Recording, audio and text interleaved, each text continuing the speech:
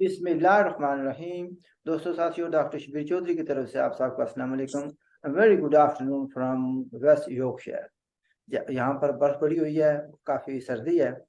और मेरे मेहमान हैं आज जनाब नासरुद्दीन साहब, जो कोई स्विट्ज़रलैंड में तशरीफ़ फरमा हैं और यूके पीएनपी के बड़े लीडरों में हैं और मरकज़ी स्पोक्स पर्सन हैं, ह्यूमन राइट्स एक्टिविस्ट हैं। जनाब नासिर साहब, welcome to the show. Thank you doctor साहब। थैंक यू, आपने मौका दिया। नासिर साहब, ये आपका जो मैंने पिछले दिनों प्रोग्राम किया था, उसकी बड़ी अच्छी फीडबैक आई है और माशाल्लाह आपकी बातों को लोगों ने बड़ा अप्रिशिएट किया है। ठीक है जी। क्योंकि आपने बड़ी वजाहत के साथ, बड़ी क्लैरिटी के साथ आपने अपना मौक़िफ़ बयान किया। तो आज भी हम एक कंट्रोवर्शियल टॉपिक पर, क्योंकि मुझे अक्सर कंट्रोवर्शियल बातें करना अच्छा लगता है ताकि जो क्लैरिफाई किया जाए। मुझे ये बताएं कि रियासत जम्मू कश्मीर जो है, इसमें इसकी तारीख में 16 मार्च की क्या हैसियत है? क्योंकि अभी 16 मार्च आया नहीं, तो लोगों ने फिजूल बातें करना शुरू कर दी हैं। तो मैं आपसे जानना चाहता हूँ कि हमारी नाज़रीन तक ये पैगाम दें, ये इसकी हैसियत क्या है? मेरी राय तो इसमें चौधरी साहब, मैं आपसे थोड़ा सा माजरत के साथ इख्तलाफ करूंगा कि ये कोई कंट्रोवर्शियल टॉपिक नहीं है। बहुत सारे जो ऑक्यूपायर्स हैं उन्होंने कोशिश की है कि इसको एक कंट्रोवर्सी बना दी जाए कि जी इस दिन को सेलिब्रेट ही ना करें कश्मीरी, ताकि उनकी जो शनाख्त है उनको पहचान ही ना हो कि उनकी रियासत का क्या, कौन से दिन को, कब, मतलब उसका मार्ज वजूद में कब रियासत आई। तो ये तो हमारे जो ऑक्युपायर हैं जिन्होंने इलीगली ऑक्युपाइड किया हुआ है हमारे एरियाज को, तो वो उनकी ट्राई होती है कि आप 4 अक्टूबर बनाएं, 24 अक्टूबर बनाएं, तो 16 मार्च की तरफ ना जाएं, क्योंकि जो रियासत जम्मू एंड कश्मीर है जिसका क्याम 16 मार्च 1846 को ट्रीटी ऑफ अमृतसर की बुनियाद पे मार्ज वजूद में ये रियासत आई, तो उसकी ये नेगेशन करके एक तरह से कश्मीरियों को वो कह रहे हैं कि जो 1947 के बाद हमने आप पे जो जबरन एक जो जबरी तकसीम आप पे मुसलत कर दी गई है, तो आप उसी को ऑन कर रहे हैं। 4 अक्टूबर भी बनाए, 24 अक्टूबर भी बनाए, लेकिन यह तो हम जो सैन कश्मीरी हैं या जो हिस्ट्री के स्टूडेंट हैं, तो हमने तो चीजें सीखी है ना। पैरेलल जो स्टडीज होती है, ये नहीं है कि हिस्टोरियन पाकिस्तानी इंडियन हिस्टोरियंस नहीं, जो ब्रिटिश हिस्टोरियंस हैं दूसरी हैं उनकी बुक्स भी, जो ऑफ कोर्स ये ऐसी ट्रीटी है, ये तो हिस्टोरिकल डॉक्यूमेंट है, इसमें तो कोई आपकी मंशा भी उसमें शामिल नहीं थी, मेरी नहीं थी, लेकिन ये एक रियलिटी है कि 16 मार्च 1846 को रियासत जम्मू एंड कश्मीर का क्याम अमल में आया। और मैंने आपके गुज़िश्ता प्रोग्राम में भी गुजारिशात कुछ की थी कि सारे, मतलब जितने भी जमातें हैं, चाहे वो पाकिस्तान के साथ इलाक चाहती हैं, हिंदुस्तान के साथ इलाक चाहती हैं, जो मजहबी तंजीमें हैं, जो कौम परस्त तंजीमें हैं, इवन पाकिस्तान और इंडिया और इंटरनेशनल कम्युनिटी भी जिस स्टेट को रिकॉग्नाइज करती है, वो 1846 में, 16 मार्च 1846 में जिसका क्याम अमल में आया था, उसी को रिकॉग्नाइज करते हैं और उसी स्टेट को सारे क्लेम करते हैं। उसको United Kashmir People's National Party भी क्लेम करती है, उसको जमात इस्लामी भी क्लेम करती है, उसको कांग्रेस भी करती है, उसको नेशनल कॉन्फ्रेंस भी उसी स्टेट को क्लेम करती है, उसको मुस्लिम कॉन्फ्रेंस भी उसी को वो क्लेम करती है, लिबरेशन फ्रंट भी उसी को क्लेम करती है, बीजेपी भी उसी को क्लेम करती है, पाकिस्तान पीपल्स पार्टी भी हो गई, मतलब पीटीआई, जितनी भी, अगर जितनी भी जमातें, सबके तो नाम नहीं लिए जा सकते, लेकिन सबका क्लेम यही है कि जी ये रियासत पे अपने दावे भी करते हैं, लेकिन उसकी नेगेशन भी करते हैं कि 16 मार्च 1846 को कुछ भी नहीं हुआ। अच्छा, देखिए ना, फिर आप थोड़ी सी बात ये हो जाए, अगर इजाज़त दें आप मुझे, कोई कंट्रोवर्शियल जो बात होती है। मसलन आपने ये मौक़िफ़ बयान किया कि इस दिन बुनियाद रखी गई थी रियासत की। एक मौक़िफ़ ये भी है कि इस दिन कश्मीरियों को फ़रोग़त कर दिया गया था। जब ये दो पैरेलल या इससे दो से ज़्यादा चीज़ें आ जाएंगी, उसके दोनों चीज़ों को मानने वाले होते हैं, तो वो कंट्रोवर्शियल बन जाती है। ठीक है। हाँ, ये कह सकते हैं आपके तारीखी तौर पर आपके नज़दीक ये हकीकत है। अच्छा, फिर अगर ये यानी आप कहते हैं कि इसकी बुनियाद रखेगी 16 मार्च को, और जिस चीज़ के लिए लोग स्ट्रगल कर रहे हैं, चलो पहले ये सवाल करते हैं कि ये लोग कहते हैं कि इसको फरोख्त कर दिया गया था कश्मीरियों को, उनके यानी हर चीज़ के साथ, इसलिए वो कहते हैं कि इंसानियत का ये कत्ल था, या उनकी फरोख्त हुई थी। तो इसकी क्या यानी आप क्या कहेंगे कि क्या ये खरीद फरोख्त थी या क्या हुआ था? आपने तो कह दिया कि ये बुनियाद रखी गई थी, तो जो मुतबादिल नुक्ता नजर वाले हैं उनको क्या जवाब दिया जाए? जो मुतबादल नुक्ता नजर वाले हैं, ठीक है, मतलब ग्रेजुएटली वो भी अपने आप को अपग्रेड करेंगे, पढ़ेंगे हिस्ट्री को, तो होपफुली एक दिन आएगा कि वो भी रियलाइज करेंगे कि हकीकत कुछ और है, और जिस चीज को वो क्लेम कर रहे हैं या जिस चीज पे वो दावेदार बने हुए हैं, उसका हकीकत से कोई लेना देना नहीं है। पहली बात यह है कि जब वह इस रियासत का क्याम अमल में आया, तो उससे भी बहुत अरसा पहले आप जो है ना, आप पे दुर्रानी हुक्मरानी कर रहे थे, मुगल हुक्मरान थे, फिर रंजीत सिंह जो पंजाब के, जो पंजाब किंगडम थी, आप उसकी वो जेर कब्जा थे। तो एक ये है ना कि आपकी कोई रियासत होती इंडिपेंडेंट, तो किसी ने बाजोरे शमशीर जाके हमला करके आप अपने साथ एनेक्स कर लिया हो, तो फिर तो चलो लोगों का बनता है कि जी हम तो आजाद थे, खुद मुख्तार थे, तो जम्मू का जो राजा था तो उसने हमें कंकर करके तो अपने साथ मिला लिया। लेकिन आप देखिए कि आप सदियों से गुलाम चले आ रहे थे, उसके बाद एक रियासत का क्याम अमल में आता है, तो उसने वो ये नहीं कहा कि जम्मू वाले सुपीरियर हैं, वैली वाले इंफीरियर हैं, या गिलगित बल्तिस्तान वाले या आजाद कश्मीर जिसको कहते हैं, तो वो इक्वल सिटीजन नहीं है। उसने सबको, मतलब equal citizen, first class citizen of state of Jammu and Kashmir का सबको एक दर्जा दिया। एक तरफ हम क्लेम करते हैं कि हम कौम परस्त हैं। कौम परस्ती तो ये नहीं कहते कि आप के जो हम अकीदा नहीं है तो उनके साथ आप बुग़्ज़ रखें या अदावत रखें या उनके कत्ल के मंसूबे बनाएं, जिस तरह 1947 में जो कुछ किया गया। तो आप देखिए कि ये तो दावे उसी स्टेट को करते हैं, लेकिन फाउंडिंग फादर को भी गालियां देते हैं, उस ट्रीटी को भी नहीं मानते। तो भाई एक जो पुंछ का रहने वाला है, उसका मैंने पहले भी कई प्रोग्रामों में अर्ज किया कि उसका फिर श्रीनगर से क्या रिश्ता है, वो क्यों बंदूक उठा के दौड़ता है श्रीनगर को, उसका दर्द उसके सीने में बड़ा चुभता है उसको कांटे की तरह कि जी श्रीनगर बड़ा ओप्रेस्ड है, मैंने जाके उसको लिबरेट कराना है।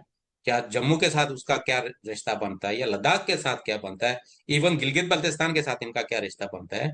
तो इनको अपनी भी और तारीख में जो लोगों ने ब्लंडर्स किए हैं उनसे भी सबक सीखते हुए अपनी तारीख को दुरुस्त करना चाहिए। और ये सिर्फ अपनी तारीख दुरुस्त करने वाली बात नहीं है, हमने आने वाली जो नस्लें हैं या जो मौजूदा नस्ल अभी ग्रो अप हो रही है, उसको भी एजुकेट करना है, उसको बताना है कि हमारी ये शनाख्त है, हमारी ये स्टेट थी, और इस स्टेट ने हमें दर्जा अव्वल का सिटीजन का दर्जा दिया, हमें एक स्टेटहुड दी, और जिसको आज हम सारे जिसके दावेदार बने हुए हैं, लेकिन उस ट्रीटी को मानने के लिए तैयार नहीं है, उसके फाउंडिंग फादर को गालियां देते हैं। तो ये तो एक अलमिया है, और मैं तो कहता हूँ कि इससे बड़ा तो बददियांती कोई नहीं हो सकती कि आप एक चीज को क्लेम भी करें और उसको माने भी ना। सब आपने बड़ी बड़ी अच्छी बातें कही हैं। लेकिन देखिए, अगर किसी के पास ये है कि हम सबसे बरतर हैं, तो वो ना तो जम्मू वालों में ये एहसास है, ना सो को लद्दाख कश्मीर में है, ना गिलगित बल्तिस्तान में है, ना लद्दाख में है। अगर ये है तो वैली ऑफ कश्मीर में है। अनफॉर्चुनेटली किसी को बुरा लगे तब भी, अच्छा लगे तब भी, उनमें है कि हम सबसे अफजल हैं। इसको चीज को छोड़ते हुए जो आईनी तौर पर लीगली जो है ना, हम सब इक्वल है, इक्वल सिटीजन। किसी का मजहब का कोई तलक नहीं है, रीजन का कोई तलक नहीं है। We are all equal citizens of Jammu and Kashmir. ठीक है। अच्छा, आगे बात ये आती है कि ये लोग कहते हैं कि महाराजा प्रस्थ, ये महाराजा प्रस्थ कौन है? थोड़ा सा आपने एक जिक्र कर लिया कि ये कौन लोग हैं जो ना तो हरि सिंह को मानते हैं, ना महाराजा गुलाब सिंह को मानते हैं। उस बेचारे का कसूर यह है कि उसका नाम गुलाब सिंह था। अगर गुलाब दीन होता तो शायद कुछ और चीज हुई थी, है। तो ये तनकीद करते हैं, तो इनको क्या, जो तनकीद करने वाले हैं उन्हें ये भी कहते हैं कि हम कौम परस्त हैं और हम रियासत की वहादत को कायम करना चाहते हैं। तो इनको आप क्या कहेंगे, और महाराजा प्रस्थ कौन लोग हैं? नहीं तो ये तो सवाल उन्हीं लोगों से बनता है, लेकिन मैं कोशिश करूंगा, क्योंकि जो उसको मानते नहीं और उसी को क्लेम करते हैं, तो ये तो हमें उन्हें अकाउंटेबल बनाना चाहिए कि भाई आप किस हैसियत से उस रियासत को क्लेम करते हो जिसको आप मानते भी नहीं हो, और जिसके फाउंडिंग फादर को आप अब्यूज भी करते हो और अपना फर्ज समझते हो। और उस रियासत का जो फ्लैग था, जो 100 साल से भी ज्यादा अरसे तक रहा, और जो शनाख्त थी उस रियासत की, आप उसको मानने के लिए तैयार नहीं है। और जो ट्राइबल इन्वेजन के बाद आपको तकसीम कर दिया गया बाजोरे ताकत, तो उसके बाद आपको एक फ्लैग आपके हाथ में दे दिया गया और एक तराना भी दे दिया गया कि वतन हमारा आजाद कश्मीर, और आप उसको लेके जो एक शनाख्त की बुनियाद है तकसीम करती है हमारी रियासत को, वो झंडा हर जगह लहराया जाता है कि जी रियासत जम्मू एंड कश्मीर का ये झंडा है। ये इसको इनको तो अपनी हिस्ट्री दुरुस्त करनी चाहिए, अपना आपको जो है ना अपग्रेड करना चाहिए अपने नॉलेज को। ये कोई आज हम 21वीं सदी में बैठे हुए ना, हर तरह की इंफॉर्मेशन हमारी एक्सेस में है, वो पहली वाली बातें तो नहीं है कि आपको जाके कहीं लाइब्रेरियां कंसल्ट करनी पड़ती थी। तो ये तो झंडा पाकिस्तान की तरफ से आपको जो जबरी तकसीम के बाद आपको दिया गया और तराना भी दिया गया। और जो कॉम्प्रेस उस झंडे को लेके, उस तराने को लेके कहते हैं कि जी हम आज़ादी लेंगे, तो उन पे तो तरस ही खाया जा सकता है, या उनको, उनके लिए तो हम अच्छा, जो वैसे है ना आप कह दुआ रहे ही हैं कर सकते हैं। लोग सीख जाएंगे। शायद आपने देखा होगा सोशल मीडिया पर लिबरेशन फ्रंट के बटन से एक और बेबी बॉय जो है हुआ है। वो कहते हैं कि हमने नया ग्रुप बना दिया, जे के लैफ शुदा ग्रुप। वो कहते हैं कि जो मौजूदा जे के लैफ ग्रुप से उन्होंने शुदा की कुर्बानियों को नजरअंदाज कर दिया, और हम जो है अपने आप को रीऑर्गेनाइज करके वादी कश्मीर को आजाद कराएंगे, वहां पर जाकर ना जंग जंग जो है करेंगे। तो अभी भी मैं समझता हूँ कि 2023 में भी कुछ लोगों की सोच नहीं बदली। फिर शौकत कश्मीरी के अल्फाज को दोहराना पड़ता है, उन्होंने कहा था भी तालीम भी कुछ लोगों का कुछ नहीं बिगाड़ सकती। तो मुझे फिर ये कल मेरी एक जे के लैफ के काफी सीनियर आदमी से बातचीत हुई, और ज़ाहिर है कि मेरे साथ वो काम करता रहा।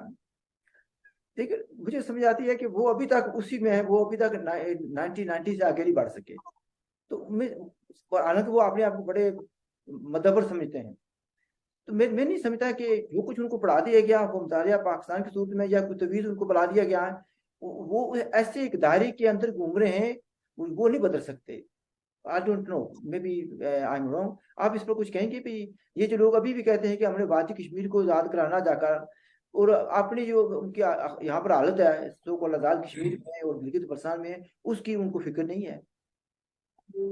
देखें, मैंने पहले भी अर्ज किया था कि एक जो शख्स कर्दू में रहता है, या मीरपुर में रहता है, या मुजफ्फराबाद में रहता है, या जम्मू में रहता है, या अपने सॉरी पुंछ में रहता है, तो वो दौड़ रहा है जाके श्रीनगर लिबरेट कराने के लिए। ये तो पाकिस्तान की एक ऑफिशियल उनकी फॉरेन पॉलिसी भी है, और उनकी जो डिफेंस की पॉलिसी भी है, और सारा उनका वो चलता ही उसी 4,000 या 5,000 मुरब्बा स्क्वायर माइल जो एरिया है आजाद कश्मीर जिसको कहते हैं ना, जिसको सो कॉल्ड इनको बाज इसको बेस कैंप का नाम भी देते हैं।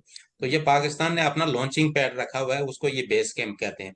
बेस कैंप तो वो होता है कि जी आप आजाद हूँ, इम्पावर हूँ, इधर आपको नासिर ये एहसास हो कि नासिर साहब, आपका आपकी रियासत का कोई और हिस्सा डिप्राइव्ड है, नासिर साहब, आप उसको लिबरेट जी। जरा आप बड़ी इंटरेस्टिंग बात कर रहे हैं। जरा लॉन्चिंग पैड की जरा तशरीह करेंगे, वजाह करेंगे लॉन्चिंग पैड क्या होता है? देखे ना, ये तो एक ओपन सीक्रेट है, ये कोई ढकी छुपी बात नहीं है कि 1947 में इन्होंने ऑपरेशन गुलमर्ग किया, ऑपरेशन जिब्राल्टर किया 65 में, फिर ऑपरेशन टोपैक किया।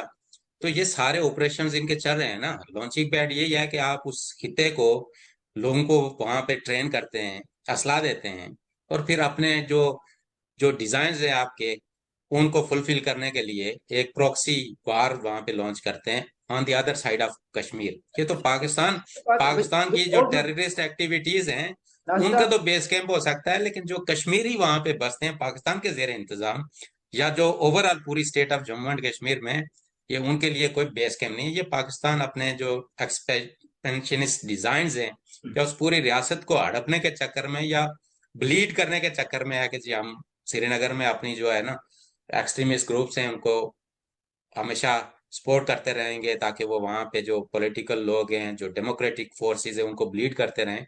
तो ये उस उनके उनके डिजाइन को तो फुलफिल कर रहे हैं, लेकिन state of Jammu and Kashmir या रियासत जम्मू एंड कश्मीर के लोगों की तो कोई खिदमत नहीं हो रही। कोई खिदमत नहीं हो रही, बिल्कुल मैं आपसे ये एग्री करता हूँ। यानी ये जो लॉन्चिंग पैड है या बेस कैंप है, जिस मकसद के लिए ये काम किया गया था वो 1940, यानी जो कबायलियों की सुन्नत है, जो जब्राल्टर ऑपरेशन जब्राल्टर की सुन्नत है, या मकबूल पार्ट की जो सुन्नत है, ये 1960s में वो गए, 1976 में भी गए, फिर ऑपरेशन आपने बात किया अभी टोपैक का जिक्र किया।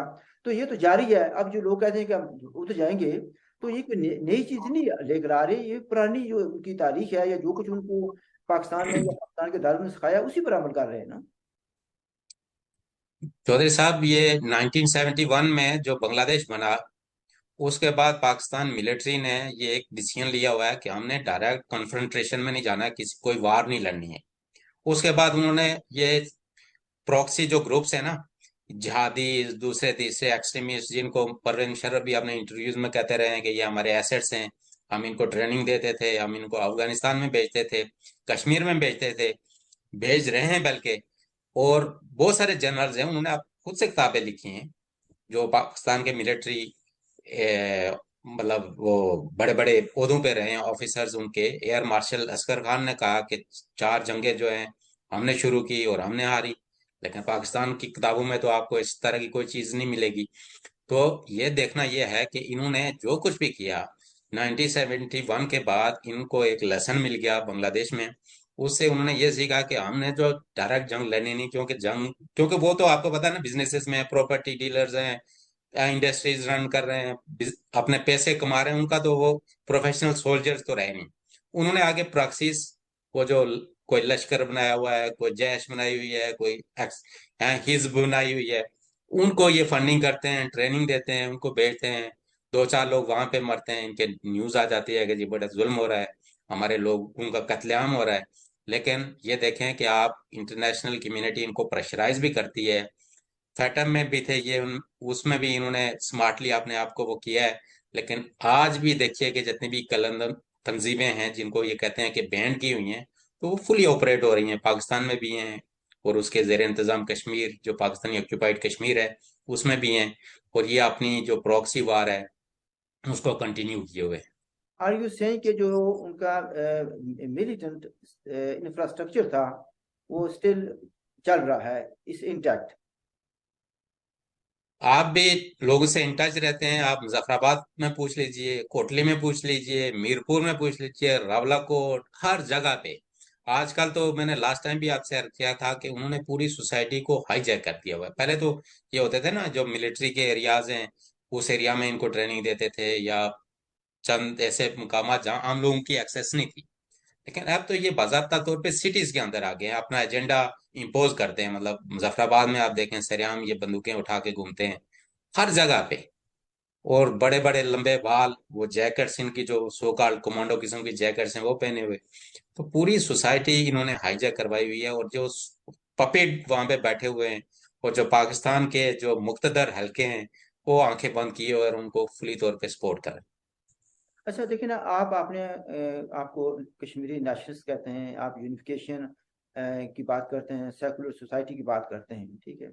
और आपने कह दिया कि बानी जो थे रियासत के वो गुलाब सिंह थे, और हरी सिंह को भी आप मानते हैं कि उन्होंने बड़ी खिदमत की हैं, कौमी तशख़्ख़ुस दिया आपने, ठीक है जी। अच्छा, तो जो दूसरे लोग हैं जो ना गुलाब सिंह को मानते हैं ना हरी सिंह को मानते हैं, और फिर अपने आप को नेशनलिस्ट भी कहते हैं, तो जो आम सुनने वाला वो किस तरीके से फैसला करेगा कि कौन नेशनलिस्ट सही है कौन गलत है? देखिए, जो इंसान का एक होते हैं ना दावे होते हैं, और एक होते हैं एक्शंस। आप अपने दावों से नहीं, अपने एक्शन से पहचाने जाते हैं। और जो अमलन कोई रियासत जम्मू एंड कश्मीर की या उन लोगों की कोई खिदमत के लिए, उनके बेटरमेंट के लिए, उनकी यूनिफिकेशन के लिए कोई स्ट्रगल कर रहा है, तो मैं तो उसको कह सकता हूँ कि वो कौम परस्त है। और कौम परस्ती भी, मतलब मैं आज के इस शहर में कौम परस्त होना कोई बड़े एजाज की बात नहीं है, लेकिन अपने मुल्क के साथ सिंसियर होना, मैं उसको कौम परस्ती कहता हूँ। लेकिन उस बेस पे मैं किसी और नेशन के साथ, या किसी और रिलीजन के खिलाफ, या किसी और एरिया के लोगों के खिलाफ नफरत अपने दिल में पैदा करूं, मैं उस चीज का कायल नहीं हूँ। कौम परस्ती हमारी है, हम कहते हैं कि हमारी जो रियासत जम्मू एंड कश्मीर तकसीम है वो उसकी यूनिफिकेशन होनी चाहिए। और हम जो जो रेस्पेक्टेड नेशंस है पूरी दुनिया में, उनकी तरह हमें अपने साथ एक दूसरे के साथ जो है ना, रियासत का की शनाख्त जो है, वहदत है, बहाल होनी चाहिए। और हमें ये हक दिया जाए कि हम भी आजाद रियासतों की तरह पूरी दुनिया के नक्शे पे कायम रहें, आजादी का सांस लें, और अपना जो है ना हुकूक, जो इंसानी हुकूक होते हैं 21वीं सदी में, बुनियादी इंसानी हुकूक हैं, वो सारे इंजॉय करें। तो कॉम्प्रेस तो हम हैं अपनी रियासत के साथ, अपने फाउंडिंग फादर के जो उसका कंट्रीब्यूशन है उसको हम मानते हैं। जिन्होंने हमारी रियासत को इन्वेड किया, हम उनको इलीगल एग्रेसर मानते हैं। जो अगर आज भी इस गलतफहमी का शिकार है कि 4 अक्टूबर को या 24 अक्टूबर को जो है ना यूम तासीस मनाते हैं, जी हम जो बड़ी वो प्लान किया गया था, तो ये सारे प्लान जो रावलपिंडी में बैठ के किए गए थे, जो 22 अक्टूबर हुआ था इन्वेजन, वो भी इधर से ही हुआ, रावलपिंडी में बैठ के उन्होंने सारा प्लान किया। वहां पे लोगों को असला दिया, ट्राइबल्स गए, रेगुलर फोर्सेस गई, जाके इन्वेड किया और हमारी रियासत को फोर्सिबली डिवाइड किया। और जो 4 अक्टूबर था या 24 अक्टूबर था, वो भी उसी सिलसिले की कड़ियां हैं। और मैं ये गुजारिश करना चाहता हूँ कि जो ये लोग कहते हैं कि हमने आज़ादी ली है, तो मुझे नहीं लगता कि आपने कोई आज़ादी ली है, बल्कि आपने अपनी रियासत के साथ बहुत बड़ा जुल्म किया है, जबर किया है। और अपने जो हमवतन थे, आपके जो पड़ोसी थे, आपके जो सुख में दुख में आपके साथ शरीक होते थे, आपने उनका कत्लेआम किया, उनको फोर्स किया माइग्रेशन पे। और आज देखें कि वही उसका नतीजा आप लोग खुद भुगत रहे हैं कि आपके साथ जो हो रहा है। तो मैं कहता हूँ कि ये नेचर आपको पनिश कर रही है कि आप उन लोगों की जो आजकल हैसियत है कि चीफ सेक्रेटरी आपको एक रूल करता है, और उसके जो इशारे पे वो जो पूरा उन्होंने सो कॉल्ड किस्म का डमी किस्म का सेटअप बनाया हुआ है, वो उसके मरूने मिन्नत है, और वो वासराय बना हुआ है उस एरिया का। और जितने भी लैंड ऑफिसर्स हैं, तो वो उनकी मर्जी और मंशा के बगैर वहाँ का जो so called prime minister, president, कोई भी सांस तक नहीं ले सकता। अच्छा, ये दूसरे लफ्ज़ों में जो हमारी नेशनलिज्म है वो उसकी बुनियाद मजहब नहीं है, ठीक है। वो किसी पर नफरत की वजह से नहीं हो रही। ये दूसरे जो लोग हैं मैंने देखा उनकी हर बात में नफरत जो है ना वो सामने आ जाती है। वो उनकी यानी कभी मजहब की बात करते हैं और कभी मस्जिद भी नहीं जाते, ठीक है। ये उन मुझे समझ नहीं आती कि उनकी नेशनलिज्म कहा भी जाएगी नहीं। मैं तो उनको प्रॉक्सी वॉरियर्स कहता हूँ। और जो लोग अभी कोटली से या मीरपुर से या रावला कोट से जाना चाहते हैं श्रीनगर उसको आजाद कराने के लिए, तो वो नेशनलिस्ट नहीं कहलाए जा सकते। वो तो मेरे नजदीक अच्छा लगे किसी को या बुरा लगे, दे आर प्रॉक्सी वॉरियर्स। अगर वो समझते हैं, अगर प्रॉक्सी वॉरियर्स की आप तक देख लें तशरीह, तो इनको तो मैं समझता हूँ कि एक्सपोज करना जरूरी है। आप क्या कहते हैं इस बारे में? देखें, मतलब जो लोग हैं, एक है ना जो जिन्होंने बड़ी बड़ी दाढ़ियां बढ़ाई हुई हैं, प्रैक्टिकली वो क्लेम करते हैं कि हम मजहबी हैं, और अपना मजहबी एजेंडा इम्पोज करने के लिए वो हर तरह की मतलब एक्सट्रीम उस पोजीशन पे जाने के लिए तैयार है। एक वो हैं जिन्होंने दाढ़ियां नहीं रखी हुई हैं, हम्म। कुछ की हैं छोटी मोटी, लेकिन कुछ की हैं बिल्कुल नहीं है, लेकिन उनके मतलब आप अंदर अगर देखें तो बहुत बड़ी बड़ी दाढ़ी है। उनका जो नेशनलिज्म है ना, वो पान इस्लामिक मूवमेंट का हिस्सा है। उनका नेशनलिज्म यही है कि सो कॉल्ड जो उम्मा है, फिर घूम फिर के आ जाते हैं वही मुसलमानों पे। तो उनको कश्मीर की जो डेमोग्राफी है, या multi religious multi cultural state है, उसका उनके पास ना कोई कंसेप्ट है, ना ये कुछ पढ़ते हैं। जो रवायती डिग्रियां है ना, आप अगर मास्टर डिग्री या पीएचडी भी कर लें, तो वो आप किसी एक फील्ड में होंगे ना। बाज लोग, अगर आपकी फर्ज के आप एक एप्पल है, उसमें कौन सी बीमारियां लगती हैं, किस तरह उसको ग्रो किया जाता है, उसमें भी पीएचडी होती है। ठीक है, एक छोटा सा कोई फ्रूट है, उस पे भी होती है। एक कोई है टॉपिक दे दिया जाता है, तो उसको आप एक्लेकुल नहीं कर सकते। ये आपको खुद से मुताला करना पड़ता है। अगर आप में सीखने की, समझने की, या अपनी कौम के साथ, अपनी रियासत के साथ अगर आप सिंसियर हैं, तो जब कोई आपके साथ सवाल उठाता है, तो अगर आपको उसको नहीं पता आप एक चीज का, तो आपको एडमिट करना चाहिए कि मुझे इस बारे में इंफॉर्मेशन नहीं है। I will try to get more information. और जो मतलब जो एविडेंसेस हैं वो देख के, मैं पढ़ के फिर इस पे अपना कोई आपको राय दूंगा। अगर मैं बैठ जाऊं यहाँ पे अकले कुल बन के, मैं कहूँ कि जो कुछ मैं कह रहा हूँ वही ठीक है, तो मैं तो कहता हूँ कि वो फिर डिजास्टर होता है। और वो फिर कोई भी शख्स हो, चाहे मैं हूँ, दूसरा है, तीसरा है, तो उसके बाद तो मैं कहता हूँ कि उस शख्स से ज्यादा किसी और को सीखने की जरूरत होती ही नहीं है। सबसे ज्यादा तो वही डिजर्व कर रहा होता है कि जो कहे कि मैं सब कुछ जानता हूँ, उसको सीखने की सबसे ज्यादा जरूरत होती है। तो इन लोगों को भी हमारी ये एक सजेशन है कि आप पढ़ें, हिस्ट्री को पढ़ें। आप देखें कि 1947 में जो ट्राइबल इन्वेजन हुआ, तो किसके कहने पे हुआ, कहाँ कहाँ पे कत्लेआम हुआ। आज भी हम लकी हैं कि कुछ बुजुर्ग उस शायद के 1947 के भी कुछ ना कुछ अभी भी जिंदा है। आप वहां जाएं, उनके साथ इंटरव्यूज करें। क्या उनके बच्चे हैं जो 1947 में जो समझते थे, जिनकी आंखों के सामने ये सारा कुछ हुआ, उनके बेटे हैं, बेटियां हैं, भाई हैं, उनसे आप जाके पूछिए डायरेक्ट कि क्या हुआ, किसने कितना जुल्म किया। तो फिर उसके बाद आप फैसला करें कि इस कजिए की बुनियाद किसने रखी, जो आज हम सब भुगत रहे हैं। वो वैली वाला भी भुगत रहा है, वो लद्दाख वाला भी भुगत रहा है, वो जम्मू वाला भी भुगत रहा है। लेकिन स्टार्ट किसने किया? आपने किया, पाकिस्तान ने किया। और उसके चंद जो लोगों ने वो उनके जो कोलैबोरेशन उनके साथ की, जो सो कॉल्ड हर कोई लिखता है जी गाजियों और शहीदों के हैं सरजमीन और उनके बेटे। और ये अगर वो उस अपने एरिया से निकल के रावलपिंडी में आ जाएं, इनको अगर कोई थप्पड़ भी मारता हो तो ये आगे से उफ नहीं करते या जरूरत नहीं करते कि बोलें। दिलेरी तो ये होती है ना कि आप अपने इश्यूज के हवाले से, आप अपने लोगों के राइट्स के हवाले से बात करें। और जो फोरम्स हैं, इंटरनेशनल फोरम्स हैं, जहां पे आप अपने लोगों को कोई रेमेडी दे सकते हैं, उनको वो मतलब रेमेडी पहुंचाएं। तो उस पे तो ये कोई बात करने के लिए तैयार नहीं है, लेकिन बड़े बड़े वो दावे और बड़ी बड़ी बातें आजकल बहुत सारे जो पहले दौड़ रहे होते थे श्रीनगर लिबरेट कराने के लिए, लाइन ऑफ कंट्रोल रोनते थे जी कि हम श्रीनगर जा रहे हैं, आजकल वो भी जमवाल बने हुए हैं। कोई कहता है जी मैं तो पैदाइश तौर पे बड़ा जो है ना रियासत जम्मू और कश्मीर की यूनिफिकेशन के लिए मेरी बड़ी स्ट्रगल है, और ये United state of Jammu and Kashmir का कंसेप्ट ही मैंने दिया। आजकल तो बड़े बड़े दावेदार आए हुए हैं, लेकिन हम कहते हैं कि जितने बड़े दावेदार आए, लेकिन वो कम्युनल बुनियादों पे या इलाकाई बुनियादों पे जो तकसीम दर तकसीम के बीज बो रहे हैं ना, हम उसको ऑन नहीं करते। और चाहे वो हमारा कोई अपना हो, कोई दूसरा हो, तीसरा हो, जो किसी लिसानी बुनियाद पे, इलाकाई बुनियाद पे, या मतलब किसी भी मजहब की बुनियाद पे रियासत की तकसीम दर तकसीम के अमल का पार्ट है, हम उसको डिनोंस करते हैं, उसकी भरपूर मजम्मत करते हैं। और हम उनको कहते हैं कि अपना किबला दुरुस्त करें। ये जब आप गुलामी में हैं, अगर आपने नहीं सीखा, आप फिर जो ऑक्युपायर फोर्सेस हैं उन्हीं के एजेंडे को प्रमोट करते रहे, तो एक दिन आएगा कि जिस तरह बांग्लादेश में भी एक जो 71 में जो ऑक्युपेशन वाले थे या वहां पे जो जुल्म ढा रहे थे, तो उनके साथ जो मिलके अपने लोगों के खिलाफ जो साजिशें कर रहे थे, जुल्म कर रहे थे, तो उनको भी अल्टीमेटली जवाबदेह होना पड़ा, और उनका जो अंजाम हुआ सबको पता है। अच्छा सर भाई, मैं आपसे एग्री करता हूँ कि कोई भी जो आइडियोलॉजी है या जो कोई भी स्ट्रगल है उसकी बुनियाद नफरत नहीं होनी चाहिए, इंटॉलरेंस नहीं होनी चाहिए, रीजनलिज्म नहीं होना चाहिए।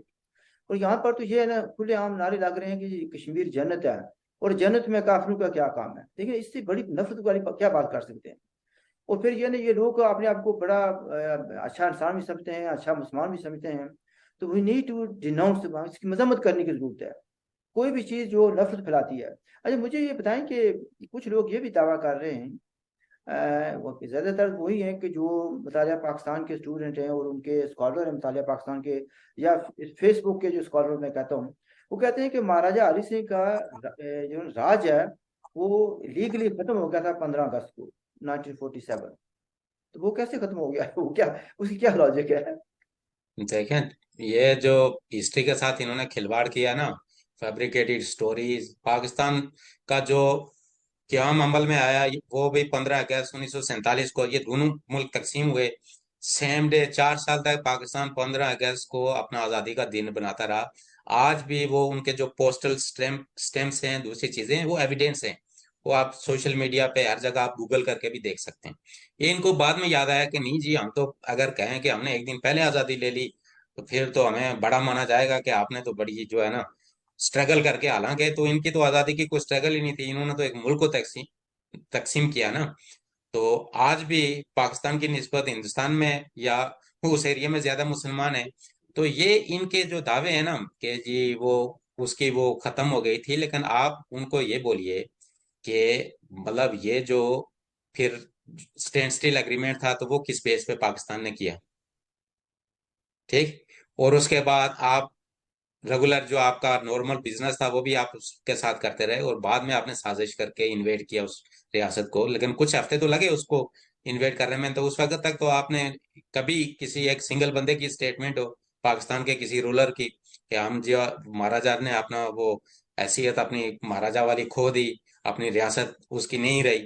तो ये तो आपका ही क्लेम था कि जो रूलर्स हैं, मुस्लिम लीग कहती थी कि जो रूलर्स हैं वो डिसाइड करेंगे कि future status of their states, princely states. तो महाराजा ने तो फैसला कर लिया था कि मैं आजाद हूँ, खुद मुख्तार रहना चाहता हूँ। तो आपने इन्वेड करके एक तकसीम की बुनियाद रखी, लोगों का कत्लेआम किया, और आज आप बेल आउट होना चाहते हैं कि जी उसकी स्टेट ही खत्म हो गई थी। तो अगर स्टेट खत्म हो गई थी तो आपने फिर हमला किस किस लिए किया, किस खुशी में या किस गमी में किया? फिर यह है कि पाकिस्तान जो मजाकरात करता रहा है, बातचीत करता रहा है, जिन्ना साहब का टर्म्स ऑफ एविडेंस कि वो श्रीनगर जाना चाहते थे और महाराजा हरी सिंह से रिक्वेस्ट करते रहे, उनके नुमाइंदे जाते रहे कि इनको इजाजत दी जाए। अगर वो रूल नहीं था तो इजाजत क्यों मांग रहे थे? ये सब फजूल बातें कर रहे हैं। अच्छा, मुझे टुवर्ड्स द एंड ये बताएं भाई, शॉर्टली क्योंकि टाइम काफी हो गया, ये मौजूदा जो तकसीम शुदा रियासत जम्मू कश्मीर है, आपके नजदीक इसका मुस्तकबिल क्या है? देखें, मुस्तकबिल तो रियासत जम्मू एंड कश्मीर जो 1947 में थी, जिस तरह यूनाइट थी, हमारी ये ख्वाहिश है और हमारी ये स्ट्रगल भी है कि वो रीयूनिफाई होनी चाहिए। वो एक बफर स्टेट होनी चाहिए हिंदुस्तान, पाकिस्तान, चाइना, अफगानिस्तान के बीच में। और कश्मीरी जो हैं उनको फ्रीडम ऑफ मूवमेंट होना चाहिए, फ्रीडम ऑफ अट्रैक्शन होना चाहिए, इंटरेक्शन होना चाहिए उनको, मतलब आपस में आर पार आने जाने की इजाजत होनी चाहिए। और उसके बाद मतलब 10 साल हूँ, 15 साल हूँ, 20 साल हूँ, उस जब ये रीयूनिफाई हो जाए, ये आपस में बैठें, उठें, इंटरेक्शन करें, उसके बाद ये अपना फैसला करें अपने मुस्तकबिल का। जो एरिया, जो हमारी आइडियोलॉजी है या जिस चीज को हम मानते हैं, जो एरिया फैसला करेगा कि हमने रियासत के साथ रहना है तो मोस्ट वेलकम। जो कहेगा, अगर कोई अक्सरियती एक जो कौमियत है वो कहती है कि नहीं हमने अपना अलग मुल्क लेना है, तो उनको भी आजादी का पूरा राइट होना चाहिए। लेकिन सबसे पहली बात यह है, सबसे पहला उसका सोल्यूशन यह है कि रीयूनिफिकेशन स्टेट की होनी चाहिए, और हमें फ्रीडम ऑफ मूवमेंट होना चाहिए, और इंटरेक्शन का मौका होना चाहिए कश्मीरियों को आर पार।